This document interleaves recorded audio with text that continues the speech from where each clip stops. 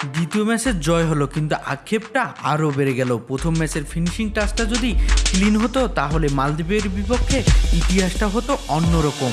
Bashundhara group FIFA friendly ম্যাচে প্রথমটাতে পরাজিত হলেও দ্বিতীয়টাতে দারুণ এক জয়। 2-1 গোলের ব্যবধানে মালদ্বীপকে হারিয়েছে কাবরেরার দল।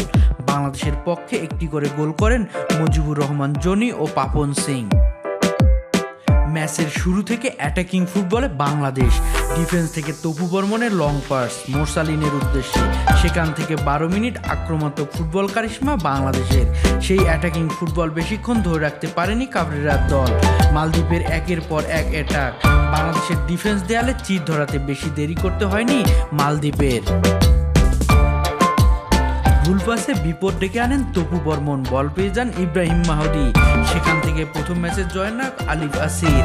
প্লেসিং শটে ডিফেন্ডার সাদ ও মিতুল বার্মাকে বোকা বানাতে কোনো অসুবিধা হয়নি মালদ্বীপ মিডফিল্ডারের।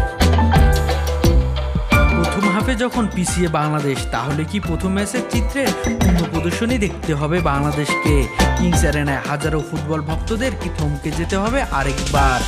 40 মিনিটের মাথায় রাকিবের অসাধারণ কাটব্যাক, ফাইমের চেষ্টা সেখানে সফল না হলেও সফলতার তরি যে গতি পেল দ্রুততার সাথে।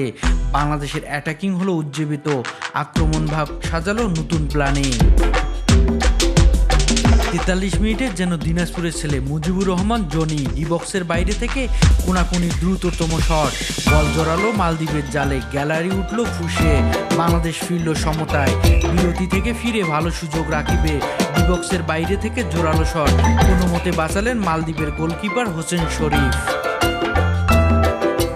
পরক্ষণে পাল্টা জবাবে মালদ্বীপ, দূরপাল্লার শটে ডিবক্সের ভিতরে বাম প্রান্ত থেকে আলিভাসির ক্লিন হেড, মিতুল বার্মার নৈপুণ্যে রক্ষা পায় বাংলাদেশ।